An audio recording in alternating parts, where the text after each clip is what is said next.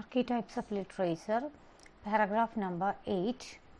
The term pseudo-proposition may imply some sort of logical positivist attitude on my own part. So, pseudo-proposition, അതായത് ഇപ്പോൾ ഇതുവരെയും തന്നെയും fry പറഞ്ഞുകൊണ്ടിരിക്കുന്നത് ഒരു കമൻറ്ററി ബേസിസിൽ വരുന്ന ക്രിറ്റിസിസം, അതിൻ്റെ ഒരു ലാക്ക് ഓഫ് ഒത്തൻറ്റിസിറ്റി അല്ലെങ്കിൽ his feeling like his disapproval for that. ഇപ്പോൾ ഒരിക്കലും ക്രിറ്റിസിസം എന്ന് പറയുന്നത് ഒരു മെത്തഡോളജിക്കൽ അല്ലെങ്കിൽ സയൻസിൻ്റെ അതേ നേച്ചറിൽ പോകാൻ പറ്റുന്ന ഒരു ബ്രാഞ്ചാണ്, അല്ലെ ആ ഒരു രീതിയിൽ മുന്നോട്ട് പോകാൻ പറ്റുന്ന ഒരു ഏരിയ ആണ്. പക്ഷെ അവിടെ എന്ത് നടക്കുന്നില്ല, സംടൈംസ് അറ്റ്ലീസ്റ്റ് ഇപ്പോൾ മാക്സിമം അവിടെ വരുന്നത് ഈ ഒരു problem regarding it's way of analysing, അതായത് ആൾക്കാരത് കമൻറ്ററി മോഡലൊക്കെ എടുക്കുക, അല്ലെങ്കിൽ ഒരു പേഴ്സണൽ ഒരുപാട് ബയസ്ഡ് ആയിട്ടുള്ള ക്രിറ്റിസിസം, അല്ലെങ്കിൽ ഒരു കൺവീനിയൻസ് സേക്ക് വരുന്ന ക്രിറ്റിസിസം, ഇതൊക്കെ വരുമ്പോൾ വെറും കമൻറ്ററിയിലേക്ക് അത് ഒതുങ്ങി പോകുന്നു എന്നാണ് പറയുന്നത്. അവിടെ ലോജിക്കൽ പോസിറ്റിവിസ്റ്റ് ആറ്റിറ്റ്യൂഡായി പോവും എന്ന് പറയുന്നത്. The term pseudo proposition may imply some sort of logical positivity. അപ്പോൾ ഈ ലോജിക്കൽ പോസിറ്റിവിസം എന്ന് പറഞ്ഞു കഴിഞ്ഞാൽ അതൊരു തരത്തിൽ അതെന്താണെന്ന് പറയാൻ ഈ ഒരു പാരഗ്രാഫിൻ്റെ ബേസിക് അണ്ടർസ്റ്റാൻഡിങ്ങിൽ അത് വരുന്നില്ലെങ്കിൽ അതെന്താണെന്ന് മനസ്സിലാക്കുന്നത് നല്ലതാണ്. അപ്പം അതിൽ some positivists hold that problems of philosophy, especially those of metaphysics, are mainly problems of language. ഈ ലോജിക്കൽ പോസിറ്റിവിസം എന്ന് പറയുന്നത് ഒരു important strand within 20th century philosophy, logical എംപിരിസിസുമായിട്ട് കണക്ട് ചെയ്ത് നമ്മൾ പറയുന്ന ഒരു വേറൊരു ഐഡിയ ആണിത്. അപ്പോൾ അതിലൊരു ന്യൂ ഫിലോസഫിയാണ്. It's based upon science and logic. അതാണ് ലോജിക്കൽ പോസിറ്റിവിസം എന്ന് പറയുന്നത്. Which could either absorb the whole of existing philosophy or eliminate much of it as irrelevant. But sometimes ഇത് ഫിലോസഫി ഒരു ക്വസ്റ്റ് ഫോർ നോളജ് എന്നുള്ള രീതിയിൽ അതിനെ ഒരുപാട് ആക്സെപ്റ്റ് ചെയ്യുന്നു. Sometimes it talks about this philosophical stands to be somewhat ഒരു relevant ആണ് എന്ന് പറയുന്നു. അവിടെ നിന്നാണ് some positivist hold that the problem of philosophy, especially those of metaphysics, are mainly problems of language. ഇങ്ങനെ ഓരോ ബ്രാഞ്ച്, അതായത് ഫിലോസഫിയുടെ ഡിഫറെൻറ്റ് ബ്രാഞ്ചസിനെ തന്നെ അവർ എടുത്ത് വിമർശിക്കുന്നു, അതുപോലെ ആക്സെപ്റ്റ് ചെയ്യുന്നൊക്കെ ഉണ്ട്. അപ്പോൾ അതിൽ പിന്നെ പറയുന്നത് look like the logical rather than everyday usage to resolve the questions what is meaning or what kinds of statements how meaning. ഇങ്ങനെ ഒരുപാട് ഏരിയാസ് ഫോക്കസ് ചെയ്യുന്ന ഒരു, ഒന്നാമത് സയൻസും ലോജിക്കുമാണ് ഇത് എന്ന് മനസ്സിലാക്കുക. പിന്നെ philosophy's task is to reduce statements to their empirical components and to verify their truth claims to ascertain whether they are true or false. ഒന്ന് അതാണ്. അതായത് ഈ ഫിലോസഫി എന്ന് പറയുന്നതിൻ്റെ ഒരു മെയിനായിട്ടുള്ള അജണ്ട തന്നെ സ്റ്റേറ്റ്മെൻറ്റ്സ് ഒരുപാട് ഇങ്ങനെ ഇലോബറേറ്റ്ലി പോകുന്നതിന് പകരം അതിനെ മാക്സിമം റെഡ്യൂസ് ചെയ്തുകൊണ്ട് അതിൻ്റെ ട്രൂത്ത് ക്ലെയിംസ് ടെസ്റ്റ് ചെയ്യുക, അത് പിന്നെ വെരിഫൈ ചെയ്യലും അതിന് ട്രൂ ഓർ ഫോൾസ് എന്ന് നിർണ്ണയിക്കലൊക്കെയാണ്. അപ്പോൾ അതുകൊണ്ടാണ് നമ്മൾ ഈ ഇൻഡക്റ്റീവ് ഡിഡക്റ്റീവ് ഇങ്ങനെയുള്ള കാര്യങ്ങൾ ആ ഒരു പിന്നെ ഈ ലോജിക്കൽ റീസണിങ് ഒക്കെ ഫിലോസഫിയുടെ പാർട്ടായിട്ട് വരുന്നത്. അപ്പോൾ എത്രയും പെട്ടെന്നത് ട്രൂ ഓർ ഫോൾസ് എന്ന് പറയുക എന്നുള്ളതാണ്. Principle verification. അപ്പോൾ ആ ഒരു വെരിഫിക്കേഷൻ പ്രിൻസിപ്പിൾസിൽ തന്നെ അത് പറയുന്നത് the meaning of statement is the method of its verification. അത് ഒന്നാമതിപ്പോൾ നമ്മളെ ലോജിക്കിന് നിരക്കാത്ത സ്റ്റേറ്റ്മെൻറ്റ്സ്, പക്ഷേ ആ ഒരു ആർഗ്യുമെൻ്റ് എന്നുള്ള രീതിയിലും പ്രപ്പോസിഷൻ എന്നൊക്കെ തന്നത് ചെയ്തു വരുന്ന രീതി നമ്മൾക്കറിയാം. ഇതൊക്കെ വളരെ ഡെവലപ്ഡ് ആയിട്ട് ഓൾറെഡി എല്ലാം ഈ ഇൻഫറൻസും കാര്യങ്ങളും ഒക്കെ എങ്ങനെ അതിനെ ഡീൽ ചെയ്യണം എന്നൊക്കെ ആ ബ്രാഞ്ചിൽ വളരെ കൃത്യമായിട്ട് പറയുന്നുണ്ട്. അതിൽ പിന്നെ പറയുന്നത് the statement I believe in God cannot be verified. എന്തുകൊണ്ടാണ്? അതൊരു പ്രഡിക്റ്റഡ് ആയിട്ട്, അത് predicted upon assertion of the existence of God who is by definition not available for empirical observation. Empirical അതായത് ബൈ അത് പിന്നെ നമുക്കത് പ്രൂവ് ചെയ്യണമെങ്കിലുള്ള എംപിരിക്കൽ എന്ന് പറയുമ്പോൾ ടെസ്റ്റ് ചെയ്യുക എന്നുള്ളതാണ്, എക്സ്പെരിമെൻറ്റിലൂടെ. അപ്പോൾ അതിന് പോസിബിൾ ആയിട്ടുള്ള ഒരു എക്സിസ്റ്റൻസ് അവിടെ കാണാനില്ല. ഒരു പ്രഡിക്ഷൻ മേൽ വരുന്ന ഒരു ആർഗ്യുമെൻ്റാണ്. It's neither true nor false എന്നാണ്. അതുകൊണ്ട് തന്നെ ആസ് പെർ ഈ പറയുന്ന ഫിലോസഫിയുടെ അപ്രോച്ച് പ്രകാരം അത് ഫോൾസും അല്ല ട്രൂവും അല്ല, കാരണം അത് അൺവെരിഫയബിൾ ആണ്. അപ്പോൾ മീനിങ്ലെസ് ആണ്. അതുകൊണ്ട് തന്നെ മെറ്റാഫിസിക്കൽ സ്റ്റേറ്റ്മെൻ്റ് ആയിട്ടാണ് അതിനെ കാണുന്നത്. ഇനി വേറൊരു സ്റ്റേറ്റ്മെൻറ്റ് എടുക്കാം. വേറൊരു എക്സാമ്പിളാണ് if it rained yesterday the earth is moist today. അപ്പോൾ ഇന്നലെ മഴ പെയ്തിട്ടുണ്ടെങ്കിൽ ഇന്ന് എർത്ത് ഏകദേശം നനഞ്ഞ് മോയ്സ്റ്റി ആയിരിക്കും എന്നുള്ളത് ഒരു എംപിരിക്കൽ സ്റ്റേറ്റ്മെൻ്റ് ആണ്. വേണമെങ്കിൽ അത് നമുക്ക് ടെസ്റ്റ് ചെയ്യാം. Its truth can be asserted but does not determine its meaning. പക്ഷെ അതേസമയം എന്താണ്, മോയ്സ്റ്റ് മാറിപ്പോവാലോ.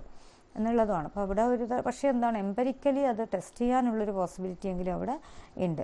ഇനി another statement, if the metal ball is charged with electricity the leaves of the electroscope will diverge.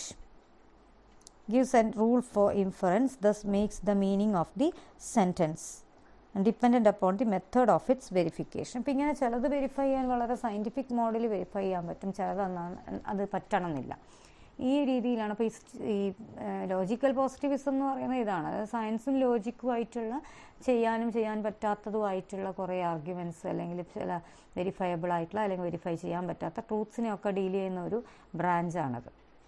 ഇവിടെ ഈ പറയുന്ന ക്രിറ്റിസിസം ബേസ് അതെന്താണ്, അതിൻ്റെ relevance എന്നുള്ളത് നമുക്ക് പറയണം. പക്ഷെ അത് ആ ടേം സ്യൂഡോ പ്രൊപ്പോസിഷൻ എന്ന് പറയുമ്പം ഈ ഒരു സ്റ്റാൻഡിലേക്ക് പോകുന്നു എന്ന് മാത്രമേ പറയുന്നുള്ളൂ, വേറൊന്നുമില്ല. അല്ലെങ്കിൽ അതാണോ എന്ന് ചിലപ്പോൾ അങ്ങനെ തോന്നാമെന്ന് പറയുന്നു. But I would not confuse the significant proposition with the factual one, nor should I consider it advisable to muddle the study of literature with a schizophrenic dichotomy between subjective emotional and objective descriptive aspects of meaning. ഒരു literature study എന്ന് പറയുന്നതിന് ഇങ്ങനെ ഒരുപാട് schizophrenic ഡൈക്കോട്ടമിയിൽ ഏതൊക്കെ രീതിയിൽ ഇത് arguments വരാം, അല്ലെങ്കിൽ ഏതൊക്കെ രീതിയിൽ ക്രിറ്റിസിസം, ഇങ്ങനെ ഒരുപാട് സ്കിസോഫ്രീനിക് ഡിവിഷനൊന്നും അല്ല ഉദ്ദേശിക്കുന്നത്. അതായത് സബ്ജക്റ്റീവ് ഇമോഷണൽ, ഒബ്ജക്റ്റീവ് ഡിസ്ക്രിപ്റ്റീവ്. സബ്ജക്റ്റീവും ഇമോഷണലും ആകുമ്പം ഒരു ഇൻ്റർപ്രിട്ടേഷൻ എങ്ങനെയാണ് മാറാം, അല്ലെ അതിൻ്റെ ക്വാളിറ്റി എന്തായിരിക്കും. ഒബ്ജക്റ്റീവ് ഡിസ്ക്രിപ്റ്റീവ് ആകുമ്പോൾ അതിൻ്റെ ഇൻ്റർപ്രിട്ടേഷൻ എങ്ങനെയായിരിക്കും, ആ ഒരു ക്രിറ്റിസിസം എങ്ങനെയായിരിക്കും, അതിൻ്റെ ക്വാളിറ്റി എന്തായിരിക്കും. ഇങ്ങനെയല്ല. Considering that in order to produce any literary meaning at all one has to ignore this dichotomy. Literary മീനിങ്ങിന് ഇങ്ങനെ നമ്മൾ സബ്ജക്റ്റീവായിട്ട് വേണമോ ഒബ്ജക്റ്റീവായിട്ട് വേണമോ, അല്ലെങ്കിൽ അതൊക്കെ ചിന്തിച്ചുകൊണ്ടിരുന്നു കഴിഞ്ഞാൽ we won't be able to do justice to the work that we are reading. അല്ലെങ്കിൽ ആ ഇൻ്റർപ്രിട്ടേഷനോട് നമുക്ക് കൂടുതൽ ജസ്റ്റിസ് ഒന്നും ചെയ്യാൻ പറ്റണമെന്നില്ല. We may be always conscious about ഇതാണ് അങ്ങനെ നമ്മൾ എന്താണ് നമ്മൾ ഔട്ട്കം റിസൾട്ട് ഈ രീതിയിലായിരിക്കും എന്നുള്ളതല്ലല്ലോ, നമ്മളത് റീഡ് ചെയ്യുന്ന രീതിയോടാണ് ഇവർ പറയുന്നത്. ക്രിറ്റിസിസത്തിന് ഏത് ഔട്ട്കം ആയാലും നമ്മളത് അപ്രോച്ച് ചെയ്യുന്ന രീതിയോട് ജസ്റ്റിസ് ചെയ്ത് കഴിഞ്ഞാൽ സയൻറ്റിഫിക് ബേസിസ് അല്ലെങ്കിൽ സയൻറ്റിഫിക് ടച്ച് അതിൽ കൊണ്ടുവരാൻ പറ്റുമെന്നാണ്. I see only that the principles by which one can distinguish a significant from the meaningless statement in criticism are not clearly defined. അതുപോലെ തന്നെ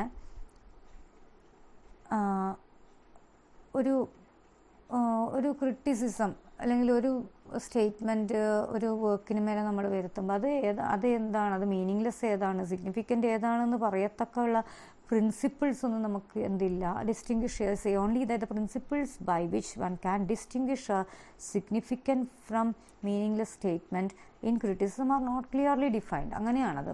കുറച്ചും കൂടി ഫ്ലെക്സിബിലിറ്റി ഉള്ള ഒരു ഏരിയയാണ്. സയൻസിലാണെങ്കിൽ തിയറി ഇതാണ് അല്ലെങ്കിൽ ഫോർമുല ഇതാണ്, അതിൻ്റെ അപ്പാർട്ട് ഫ്രം വരുന്നതൊക്കെയും ഒരു ഫാൾസ് ആയിട്ടോ അല്ലെങ്കിൽ അത് ഇൻസിഗ്നിഫിക്കൻ്റ് ആയിട്ടോ പറയാം. ബട്ട് ഹിയർ നമുക്ക് അത്രയും വലിയൊരു ഡിസ്റ്റിങ്ഷനും അത്രയും വലിയൊരു റെസ്ട്രിക്ഷനും ലിമിറ്റേഷനും ഇൻ്റർപ്രിട്ടേഷനിൽ വെക്കാനും പറ്റില്ല. Because this is A play with language. അപ്പോൾ അത് ലാംഗ്വേജിൽ ഇപ്പോൾ ഇലക്വൻ്റ്ലി കുറേ കാര്യങ്ങൾ പറയുന്നു. അതിലൊന്നും ഉണ്ടാവണമെന്നില്ല, ചിലപ്പം അതിലൊരു വേർത്തും ഉള്ള സ്റ്റേറ്റ്മെൻറ്റ്സ് ഉണ്ടാവണമെന്നില്ല. പക്ഷെ നമുക്കത് on the spot we cannot rectify that and we cannot refute that. അതൊരു പ്രശ്നമുണ്ട്. Our step, therefore, is to recognize and get rid of meaningless criticism, that is, talking about literature in a way that cannot help to build up a systematic structure of knowledge. അതുകൊണ്ട് തന്നെ നമ്മൾക്കിപ്പോൾ ചെയ്യാൻ പറ്റുന്നത് principles ഒന്നും ഉണ്ടാക്കി form ചെയ്യാൻ പറ്റാത്തിടത്തോളം meaningless ആയിട്ടുള്ള കുറേ ആർഗ്യുമെൻറ്റ്സ് അങ്ങനെയുള്ളൊരു ക്രിറ്റിസിസം നമുക്ക് maximum we have to recognise ചെയ്തിട്ട് അതിൽ നിന്ന് മാറി നിൽക്കുക, അതിൽ നിന്നൊരു ഗെറ്റിംഗ് റിഡ്, അതാണ് നമ്മൾ ആഗ്രഹിക്കുന്നത് അല്ലെങ്കിൽ ആവശ്യപ്പെടുന്നത്.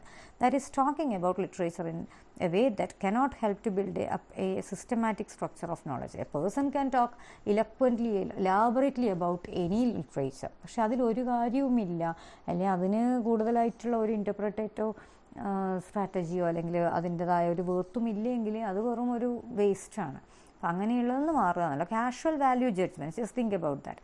ഒരു ഫിലിംസൊക്കെ ഇറങ്ങുമ്പോൾ നമ്മൾ കാണുന്നുണ്ട്, some of those are have nothing to do with the main point. Main point ഉണ്ടാവണമെന്നില്ല, പക്ഷേ അതിൽ നമ്മളിപ്പോൾ അത് വായിക്കുന്ന ഒരാൾക്ക് അല്ലെങ്കിൽ അത് കേൾക്കുന്ന ഒരാൾക്ക് it has something to do with basic നമ്മളത് മനസ്സിലാക്കുന്നത് എൻജോയ് ചെയ്യാണ്ടിട്ട് നമുക്ക് എന്തെങ്കിലും ഒരു സപ്ലിമെൻ്ററി കിട്ടാത്ത ഒരു സാധനം, സപ്ലിമെൻ്ററി ആയിട്ടുള്ള അഡീഷണലായിട്ട് നമ്മൾക്കൊന്നും കിട്ടാത്ത ഒരു സംഭവം, അങ്ങനെയാകുമ്പോൾ അതിന് കാര്യമില്ല. അത് വെറും കാഷ്വൽ വാല്യൂ ജഡ്ജ്മെൻ്റ് ആണ്. അപ്പോൾ അതൊരിക്കലും ക്രിറ്റിസിസത്തിൽ ബിലോങ് ചെയ്യുന്നുമില്ല. But to the history of taste, അത് വെറും ഒരു പ്യുവർ ടേസ്റ്റ് ബേസ്ഡ് ആണ്. ഇന്നത് എനിക്ക് ഇഷ്ടപ്പെട്ടില്ല എന്നത്, അത് ഒരാളുടെ സബ്ജക്റ്റീവ് പ്രിഫറൻസും ചോയ്സസും ഒന്നും നമ്മൾക്കൊരിക്കലും നമ്മൾ ക്രിറ്റിസിസത്തിൻ്റെ ഭാഗമല്ല. അപ്പോൾ അങ്ങനെയുള്ള വാല്യൂ ജഡ്ജ്മെൻറ്റ്സ് ഒരു വർക്കിന് മേലെ കാണുമ്പോൾ അതും ക്രിറ്റിസിസമായിട്ട് എടുക്കണം, അതും പോസിറ്റീവ് ഓർ നെഗറ്റീവ് ക്രിറ്റിസിസമായിട്ട് എടുക്കണം എന്ന് പറയുന്നതിൽ വലിയ കാര്യമില്ല. അങ്ങനെയാകുമ്പോഴാണ് ഈ ഒരു ഏരിയ സയൻറ്റിഫിക് ബേസിൽ നിന്ന് മാറിപ്പോകുന്നത്. And reflect at best only the social and psychological compulsions which prompted their utterances. അത്രയേ ഉള്ളൂ. അതിലിപ്പം എന്ന് പറഞ്ഞാൽ ഒരു ടേസ്റ്റും പിന്നെ മറ്റുള്ള ഒരു സോഷ്യൽ സൈക്കോളജിക്കൽ കമ്പൽഷൻസ് ഒക്കെയാണ്. നമുക്ക് നമ്മൾ വളർന്നു വന്ന ചുറ്റുപാട് നമ്മളെ വളരെ ബേസായിട്ടുള്ള അല്ലെങ്കിൽ വളരെ സബ്ജക്റ്റീവായിട്ടുള്ള ചില അണ്ടർസ്റ്റാൻഡിങ്സ് ഉണ്ടാവും. അപ്പോൾ അതൊക്കെ ബേസ് ചെയ്തിട്ട് നമ്മൾ നടത്തുന്ന കാഷ്വൽ കമൻറ്ററി ഒരിക്കലും എന്തല്ല വൃത്തിയായിട്ടുള്ള ക്രിറ്റിസിസം അല്ല എന്നാണ്. All judgments in which the values are not based on literary experience but are sentimental or derived from religious or political prejudice may be regarded as casual. അതുകൊണ്ട് തന്നെയാണ് religious political ആയിട്ടുള്ള പ്രിജുഡൈസസ് എന്നൊക്കെയാണ് ചിലപ്പോൾ ഇങ്ങനെയുള്ള സ്റ്റേറ്റ്മെൻറ്റ്സ് നമ്മൾക്ക് വരുത്താൻ തോന്നുക. ഇപ്പം സേ ഫോർ എക്സാമ്പിൾ വളരെ പാട്രിയാർക്കലായിട്ട് ഷോവിനിസ്റ്റ് ആയിട്ടുള്ള അല്ലെങ്കിൽ കൺവെൻഷനലായിട്ട് ജീവിക്കുന്ന ഒരാൾക്ക് ഒരു അങ്ങനെയുള്ള രീതിയിൽ അല്ലെങ്കിൽ നെഗറ്റീവ് പോർട്രയലായിട്ടുള്ള വിമനെ വളരെ എൻഫീബിൾഡ് ക്യാരക്ടറായിട്ട് പോർട്രേ ചെയ്യുമ്പോൾ അതിനെ വളരെയധികം അപ്രീഷിയേറ്റ് ചെയ്യാൻ തോന്നും. വളരെ പാട്രിയാർക്കി പ്രൊമോട്ട് ചെയ്യുന്നൊരു സീനിന് അവർക്ക് ഒരിക്കലും നെഗറ്റീവായിട്ട് അവരുടെ ഭാഗത്തുനിന്ന് ഒരു കമൻറ്റും വരില്ല. In that regard the person is supporting that particular portrayal. അവിടെ അതെന്താണ്, അവരത് പ്രൊമോട്ട് ചെയ്യുകയാണ്, അതിനെ ഒപ്പോസ് ചെയ്യുക എന്നുള്ളതാണ്. ആക്ച്വലി നമ്മളൊരു ക്രിറ്റിസിസം എന്ന് പറയുമ്പം ഇപ്പോൾ പാട്രിയാർക്കിനെ സപ്പോർട്ട് ചെയ്യണമെന്ന് ഇപ്പോൾ വിസിബിളി ആരും പറയില്ല. അത് in one way or other everyone does that അതുള്ളൊരു ട്രൂത്ത് ആണെങ്കിലും. അപ്പോൾ അങ്ങനെയാണ് നമ്മൾ ആ ഒരു പ്രിജുഡൈസസ് വർക്ക് ചെയ്യുന്ന കാഷ്വൽ ജഡ്ജ്മെൻറ്റ്സ്, കാഷ്വൽ ക്രിറ്റിസിസം അല്ലെങ്കിൽ കമൻറ്ററി അത് ഈ രീതിയിൽ മാറ്റി നിർത്തപ്പെടണം എന്ന് പറയാൻ റീസൺ. പിന്നെ sentimental judgments are usually based either on non existent categories or antithesis. ഇങ്ങനെയാണ്. അപ്പോൾ സെൻറ്റിമെൻ്റൽ ജഡ്ജ്മെൻറ്റ്സ് ചില സമയത്ത് അതും അങ്ങനെ തന്നെയാണ്. ഒരു നോൺ എക്സിസ്റ്റൻസ് ആൻറ്റിതെസിസ് ഒക്കെ ആയിട്ടാണ് അത് വർക്ക് ചെയ്യുക. based either on non-existent categories or antithesis. അതിൻ്റെ ഒരു example, Shakespeare studied life, Milton books or on a visceral reaction to the writer's personality. അപ്പോൾ ഇങ്ങനെയാണ് സംടൈംസ് ലൈക്ക് ചില റൈറ്റേഴ്സിൻ്റെ പേഴ്സണാലിറ്റി, ബയോഗ്രഫിക്കൽ ക്രിറ്റിസിസത്തിനൊക്കെ ഒരുപാട് ഒപ്പോസിഷൻ വരുന്നതിൻ്റെ ഒരു റീസൺ ഇതാണ്. അതൊക്കെ ഫാലസി ആയിട്ട് കാണാൻ, ഇപ്പം എഫക്റ്റീവ് ഫാലസി, ഇൻറ്റൻഷണൽ ഫാലസി എന്നൊക്കെ പറഞ്ഞിട്ട് അങ്ങനെയുള്ള കോൺസെപ്റ്റ്സ് പോലും ഡെവലപ്ഡ് ആവുന്നത് ഇങ്ങനെയുള്ള സിറ്റുവേഷൻസിൽ നിന്നാണ്. ഇവിടെ എന്താണ്, ആ ഒരു റൈറ്റേഴ്സ് പേഴ്സണാലിറ്റി വെച്ചുകൊണ്ടൊരു വർക്കിനെ ജഡ്ജ് ചെയ്യുക. അയാൾക്ക് ഇന്ന ഒരു ലൈഫിൽ ഇൻസിഡൻറ്റ് ഉണ്ടായിട്ടുണ്ട്, അപ്പോൾ അയാളുടെ മറ്റു പല വർക്ക്സും അത് വെച്ച് ജഡ്ജ് ചെയ്യുക. ഇതൊക്കെയും വളരെ ഫാലസി ഓറിയൻറ്റഡ് ക്രിറ്റിസിസത്തിലേക്ക് അല്ലെങ്കിൽ ജഡ്ജ്മെൻറ്റിലേക്ക് മാത്രമാണ് ലീഡ് ചെയ്യുന്നത്. The literary chitchat which makes the reputations of poets boom and crash in an imaginary stock exchange is pseudo criticism. അതാണ് വെറും ഒരു ചിറ്റ്ചാറ്റ്, ലൈക്ക് ഒരു കോഫി ഷോപ്പ് ചാറ്റ് പോലെ ആയി പോകുന്ന അത് ഒന്നുമില്ല, അത് വെറും സ്യൂഡോ ക്രിറ്റിസിസം ആണെന്നാണ് ഫ്രൈ പറയുന്നത്. That wealthy investor mister Eliot, after dumping Milton on the market, is now buying him again. Dunn has probably reached his peak and will begin to taper off. Tennyson may be in for a slight flutter, but the Shelley stock are still bearish. This sort of thing cannot be part of any systematic study. For a systematic study can only progress whatever dithers or vacillates or reacts it merely leisure class conversation. ഇതാണ് ഒരു writers ചിലപ്പോൾ അവർ പോലും അങ്ങോട്ടും ഇങ്ങോട്ടും ഉള്ള ഫാസിനേഷൻ്റെ പുറത്ത് biography അന്വേഷിച്ച് പോവുകയും അവരുടെ വർക്ക്സിനെ ആ രീതിയിൽ ജഡ്ജ് ചെയ്യുക, അതൊന്നും ഒന്നുമല്ല, ലിഷർ ക്ലാസ് ചിറ്റ്ചാറ്റ് മാത്രമാണ്, കോൺവെർസേഷൻ മാത്രമായിട്ടാണ്. അതൊന്നും ഒരിക്കലും ക്രിറ്റിസിസം അല്ല, അത് പ്യുവർ കോൺവെർസേഷൻ മാത്രമാണ്, സ്യൂഡോ ക്രിറ്റിസിസം എന്ന് വേണമെങ്കിൽ പറയാം എന്നാണ് ഫ്രൈ പറഞ്ഞു വെക്കുന്നത്. അപ്പോൾ ഇവിടെ തുടക്കം മുതൽ നമ്മൾ കാണുന്നുണ്ട് ക്രിറ്റിസിസത്തിന് ഒരു സയൻറ്റിഫിക് ബേസ് അല്ലെങ്കിൽ സയൻറ്റിഫിക് സ്ട്രക്ചർ കൊടുക്കാനുള്ള ഒരു അറ്റംപ്റ്റ് ഫ്രൈ അതിനെ നന്നായിട്ട് പ്രൊമോട്ട് ചെയ്യുന്നുണ്ട്. ഓഫ് കോഴ്സ് നമുക്കറിയാം വളരെ സ്ട്രക്ചർ സിസ്റ്റമാറ്റിക് തിങ്കിങ്ങിൻ്റെ ആളാണെന്ന് നമുക്ക് ഏകദേശം അറിയാം. കാരണം ഈ പാറ്റേണും ചാർട്ടും ഒക്കെ ആയിട്ടാണ് ഇവരുടെ ഒരു മെത്തേഡ് ഓഫ് അനാലിസിസ് മൂവ് ചെയ്യുന്നത്. ക്രിറ്റിസിസത്തിന് വളരെ ഫോം കൊടുത്തുകൊണ്ട് തന്നെ അത് സിസ്റ്റമാറ്റിക് മോഡലിൽ പോകുന്ന ഒരാളാണ് ഫ്രൈ. അപ്പോൾ അവരുടെ ഈ രീതിയിലുള്ള ആർഗ്യുമെൻറ്റ്സ് എന്തുകൊണ്ടായിരിക്കും അങ്ങനെ വരുന്നത്. പിന്നെ ഇത് വളരെ കാഷ്വൽ സ്റ്റേറ്റ്മെൻറ്റ്സ് അല്ല, അല്ലെങ്കിൽ വെറും ഒരു പ്യുവർ ഒപ്പീനിയൻ ആയിട്ടില്ല. ക്രിറ്റിസിസം ഒരു എസ്റ്റാബ്ലിഷ്ഡ് സയൻറ്റിഫിക് ടച്ച് കൊടുക്കുകയാണെങ്കിൽ ഇതൊക്കെയും കൺസിഡർ ചെയ്യേണ്ട കാര്യങ്ങളാണ്. കാരണം എന്ത് പറയുന്നതും criticism in the sense of the real sense of the term, അതായത് നമ്മൾ നെഗറ്റീവ് എന്നുള്ള രീതിയിലല്ല. ഒരു criticism as A branch of literature itself or something attached with literature itself, അതിൽ തന്നെ ഈ കാഷ്വലായിട്ടുള്ള എല്ലാ കാര്യങ്ങളും ക്രിറ്റിസിസമാണ്. ഞാൻ എന്തെങ്കിലും ഒരു കാര്യം, എന്തെങ്കിലും ഒരു സ്റ്റേറ്റ്മെൻറ്റ് ഞാൻ ഒരു വർക്ക് വായിച്ചിട്ട് നടത്തിയാൽ അത് ക്രിറ്റിസിസമാണ് എന്ന് പറയാനുള്ള ഒരു ഒഡാസിറ്റി ആയിപ്പോവും, അല്ലെങ്കിൽ അതിനുള്ളൊരു ലൈസൻസ് ആയിപ്പോവും എന്തിനേയും പ്രൊമോട്ട് ചെയ്യുമ്പോൾ.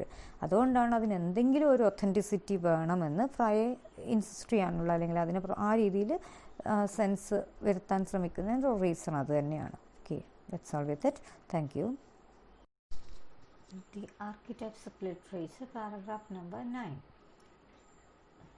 Frey tells, we next meet a more serious group of critics who say, the foreground of criticism is the impact of literature on the reader. അപ്പം ഫ്രൈ ശരിക്കും എല്ലാ വിഭാഗത്തിലുള്ള ക്രിറ്റിസിസത്തിന് ഏതൊക്കെ രീതിയിൽ പ്രോബ്ലംസ് ഫേസ് ചെയ്യുന്നു അതിനെയൊക്കെ വളരെ സെറ്റാറിക്കലി പോലെയാണ് ഇപ്പോൾ ഇവിടെ പറഞ്ഞിട്ടുള്ളത്. ഇനിയൊരു തരം ഗ്രൂപ്പ് ഉണ്ട്, അതായത് വളരെ സീരിയസ് ആണ്. ബട്ട് അവർ പറയുന്നത് എന്താണ്? Impact of literature on the reader, അതാണ് ഫോർഗ്രൗണ്ട്. ആ ക്രിറ്റിസിസം എന്ന് പറയുമ്പോൾ ദ ഫോർഗ്രൗണ്ട് ഓഫ് ക്രിറ്റിസിസം അത് തന്നെ ഇമ്പാക്റ്റ് ആണ് എന്ന് പറഞ്ഞു കൊണ്ടുവരുന്ന ഒരു വിഭാഗം ആൾക്കാർ. Let us then keep the study of literature centripetal. So centripetal എന്താണ്? മൂവിങ് ടുവാർഡ്സ് ദ ടെക്സ്റ്റ് ആണെന്നറിയാം. അപ്പം the base and the learning process on a structural analysis of the literary work itself. അപ്പോൾ അവിടെ എന്താണ്? Base and learning process on a structural analysis, അതായത് ഒരു ടെക്സ്റ്റിനോട് അടുത്ത് പോകുമ്പോൾ, ടെക്സ്റ്റിനോട് കൂടുതൽ അടുക്കുമ്പോൾ അതിൻ്റെ സ്ട്രക്ചറൽ അനാലിസിസും ലേണിങ്ങും തന്നെയാണ് കൂടുതൽ ഇമ്പാക്റ്റ്, അതിന് കൂടുതൽ ഒരു ഇമ്പോർട്ടൻസ് പോവുക. അപ്പം സ്ട്രക്ചറൽ അനാലിസിസ് എന്ന് പറയുമ്പോൾ തന്നെ ഹൈലി ഒരു തരത്തിൽ എന്താണ്, നമുക്ക് ഉള്ളിലേക്കൊരു ടെക്സ്റ്റിനെ വളരെയധികം ഫോക്കസ് ചെയ്യും, അല്ലെങ്കിൽ അതിൻ്റെ വളരെ കീനായിട്ടുള്ളൊരു ഒബ്സർവേഷൻ അവിടെ ഇംപ്ലോയിഡ് ആണ്. The texture of any grace, ഈ സ്ട്രക്ചറലിസമായിട്ട് കണക്ട് ചെയ്തത് ആ സ്ട്രക്ചറിനെ, അതുകൊണ്ടാണ്. അതല്ലെങ്കിൽ ഹൈലി കൺഫ്യൂസിങ് ആയിപ്പോൾ.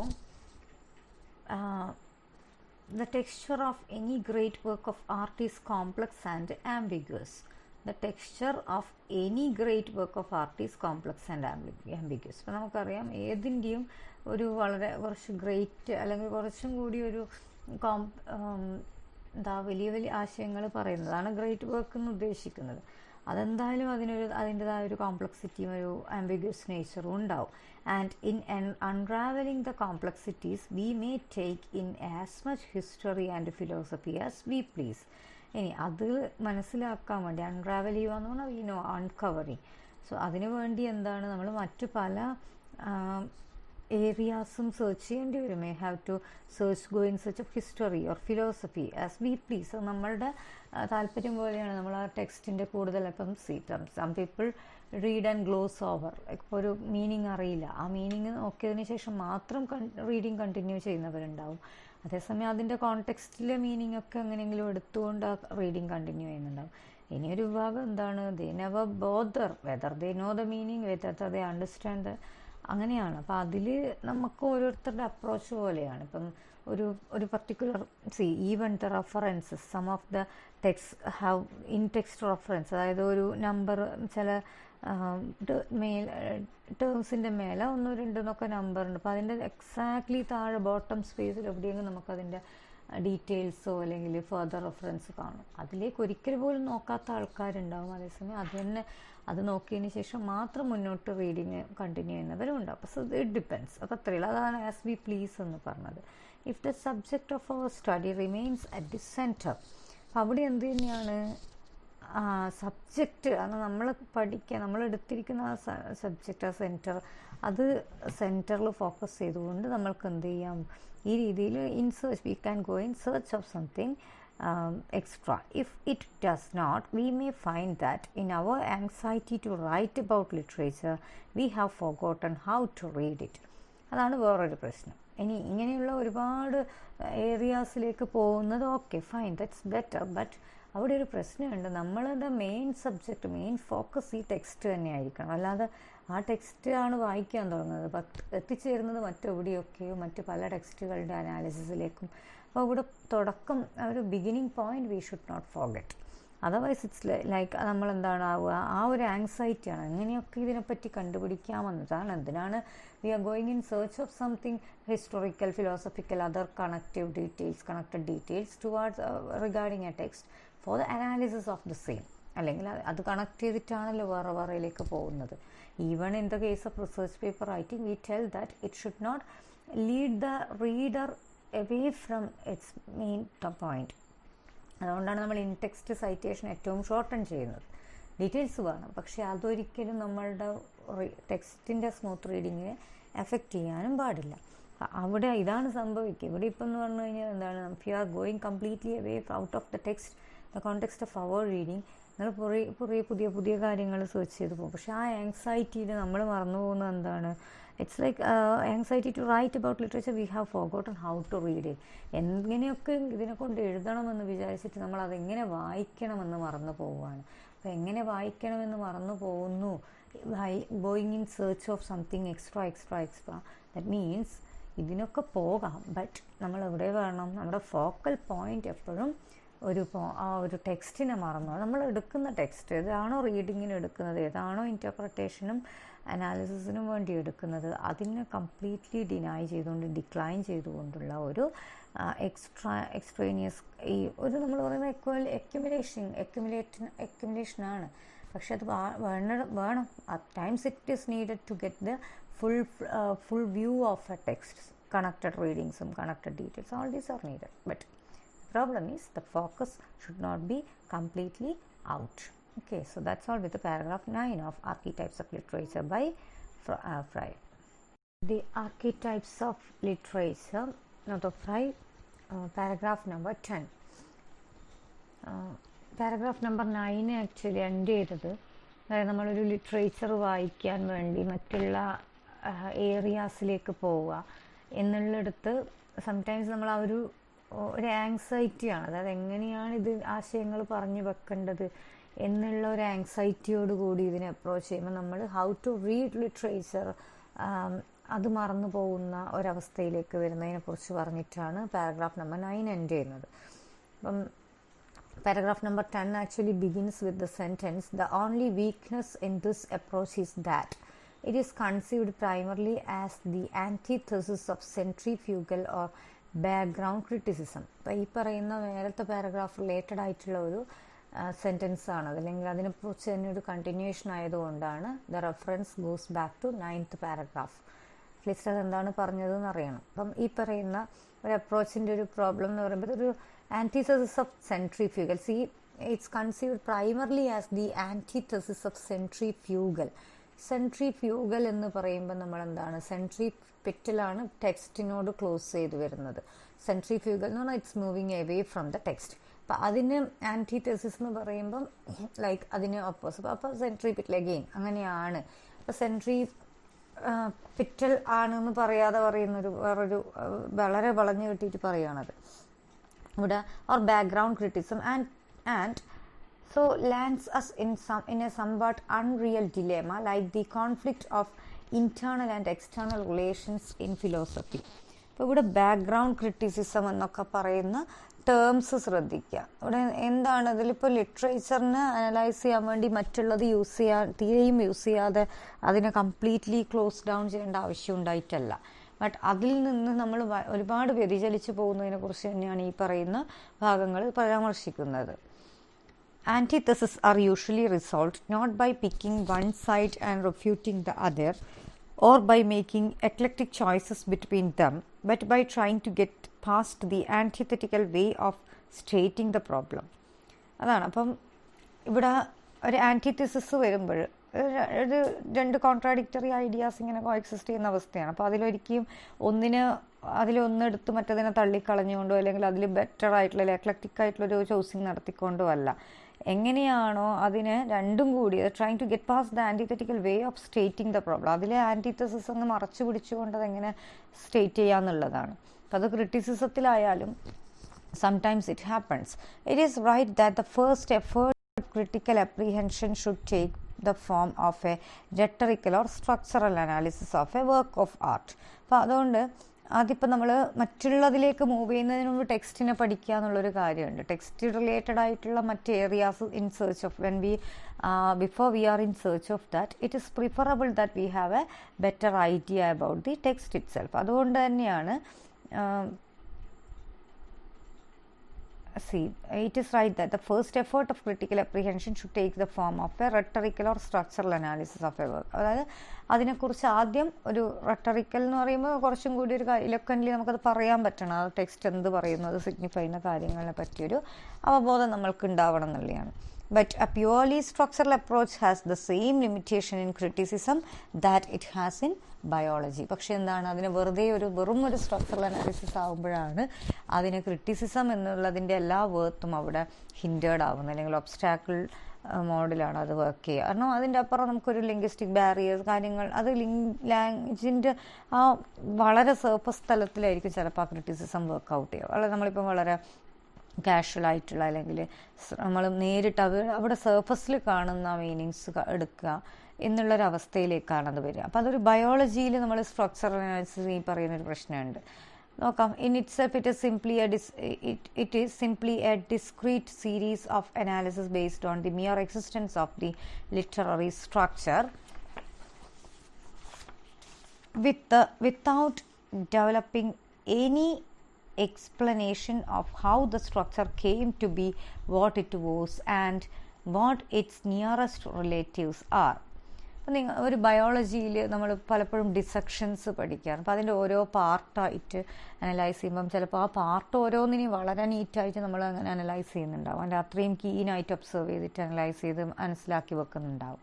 പക്ഷേ അത് മുഴുവനായിട്ടും വർക്ക് ചെയ്യുമ്പോൾ അതിൻ്റെ ആ ഒരു ടുഗെദർനെസ്സിലുള്ള അതിൻ്റെ ഫങ്ഷൻ്റെ ബ്യൂട്ടി അല്ലെ അതിൻ്റെ ഇന്നർ ഡെപ്ത് അതറിയാൻ നമുക്ക് ചിലപ്പോൾ പറ്റണമെന്നില്ല. നമ്മൾ പലപ്പോഴും അങ്ങനെയാണ് നമ്മൾ ബയോളജിയിൽ അങ്ങനെയാണ് ചെയ്യുക. ഡിസെക്ഷൻ എന്ന് പറയുന്ന part structural analysis, structural mode of study തന്നെ ആ രീതിയിലാണ്. അതായത് ഓരോ പാർട്ടിനെയും അത്രയും ഡീപ്പായിട്ട് നമ്മൾക്ക് ചിലപ്പോൾ മനസ്സിലാവുമായിരിക്കും. പക്ഷെ ഒരു പ്രശ്നമുണ്ട്, എന്താണ് ആസ് എ ഹോൾ ചോദിച്ചു കഴിഞ്ഞാൽ നമുക്ക് ഇതൊക്കെയും കൂടി ഓർഗനൈസ് ചെയ്തിട്ട് എങ്ങനെ ആ ഫുൾ ഫങ്ഷനിങ് ഇത്രയും നല്ല രീതിയിൽ പോകുന്നു എന്ന് പറയാൻ ചിലപ്പോൾ നമുക്ക് പറ്റണമെന്നില്ല. അപ്പം അതേപോലെയാണ് ഈ ഒരു രീതിയിൽ ടെക്സ്റ്റിനെ അനലൈസ് ചെയ്യുമ്പോഴും പോകുന്നത്. അതായത് how the structure came to be what it was and what its nearest relatives are. എങ്ങനെയാണ് ഈ സ്ട്രക്ചേഴ്സിൽ ഈവൺ അറ്റ്ലീസ്റ്റ് ഇപ്പം നമ്മളൊരു ഹ്യൂമൻ ബോഡി ആണെങ്കിൽ അതിലെ കൈ പഠിക്കുന്നു, ഹാർട്ട് പഠിക്കുന്നു, കിഡ്നി ഡിഫറെൻറ്റ് ഇങ്ങനെ പഠിക്കുമ്പോഴും അറ്റ്ലീസ്റ്റ് കമ്പൈനഡ്ലി വർക്ക് ചെയ്യുന്നത് തമ്മിലുള്ള ഒരു യൂണിറ്റി, അതിൻ്റെ ഫങ്ഷനിങ് മോഡൊക്കെ നമ്മൾ ഒന്നിച്ച് പറയാൻ മറന്നു പോകുന്നല്ലേ അറിയാത്ത അവസ്ഥയാണ് ഇതേപോലെ പറയുന്നത്. അപ്പോൾ അതാണ് ഒരു ടെക്സ്റ്റിൻ്റെ എങ്ങനെയാണ് ആ സ്ട്രക്ചറൽ അനാലിസിസിൽ കൂടെ തന്നെ നമുക്ക് അതിൻ്റെ ഒരു the very being of the text അത് മറന്നു പോവാതെ ക്രിട്ടിസൈസ് ചെയ്യാൻ പറ്റുക. Criticising in the sense of evaluating the text that is possible എങ്ങനെയാണെന്നാണ് ചോദിക്കുന്നത്. But we need a new poetics as well.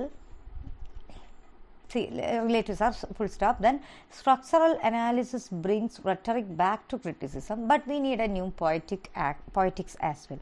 Structural analysisനൂടെ നമുക്ക് റെട്ടറിക് ക്രിറ്റിസിസം ഒരുപാട് കാര്യങ്ങൾ പറയാൻ പറ്റും.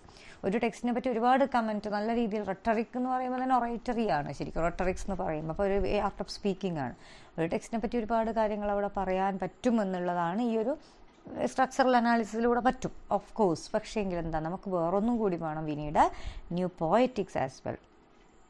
അപ്പോൾ അവിടെയാണ് out of the rhetoric alone can hardly avoid a mere complication of rhetorical terms into a sterile jargon. അല്ലാത്ത പക്ഷം അതിനൊരു ലിറ്റററി ക്വാളിറ്റി, ഇപ്പം ഒരു പോയറ്റിക്സ് എന്ന് പറയുമ്പോൾ അതിനൊരു ലിറ്റററി ക്വാളിറ്റി ഉണ്ട്. അപ്പം അതിലേക്ക് ലീഡ് ചെയ്യണമെങ്കിൽ അല്ലെങ്കിൽ അല്ലാത്ത പക്ഷം അത് വെറും ഒരു ഇപ്പം ഒരു കഥ വായിച്ച് അതിലുള്ള ബേസിക് നല്ല അതിലേറ്റവും സർഫസ് മീനിങ്സ് എടുത്തുകൊണ്ട് അതിൽ പ്ലോട്ട് മാത്രം മനസ്സിലാക്കുക. അതല്ലല്ലോ നമ്മൾ ക്രിറ്റിസിസം എന്ന് പറയുമ്പോൾ ഒരു ലെവൽ അങ്ങോട്ടേക്ക് മുന്നോട്ടേക്ക് ഒരു when we move A step forward we need something entirely different from just understanding the meaning.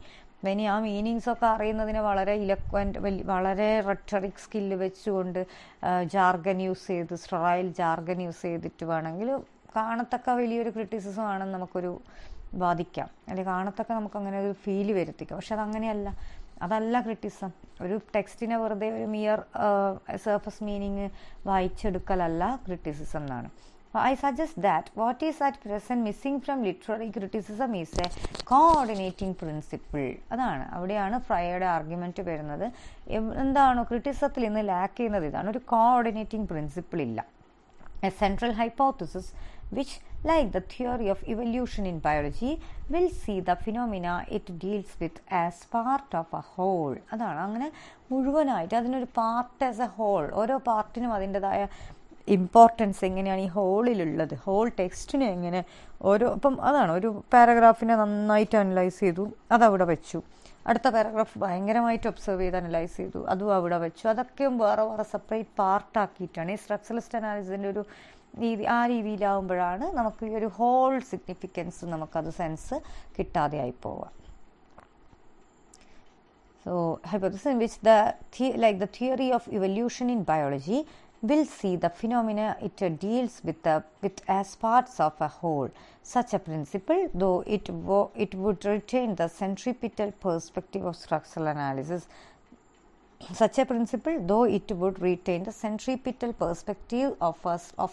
analysis, would try to give the same perspective to other kinds of criticisms too.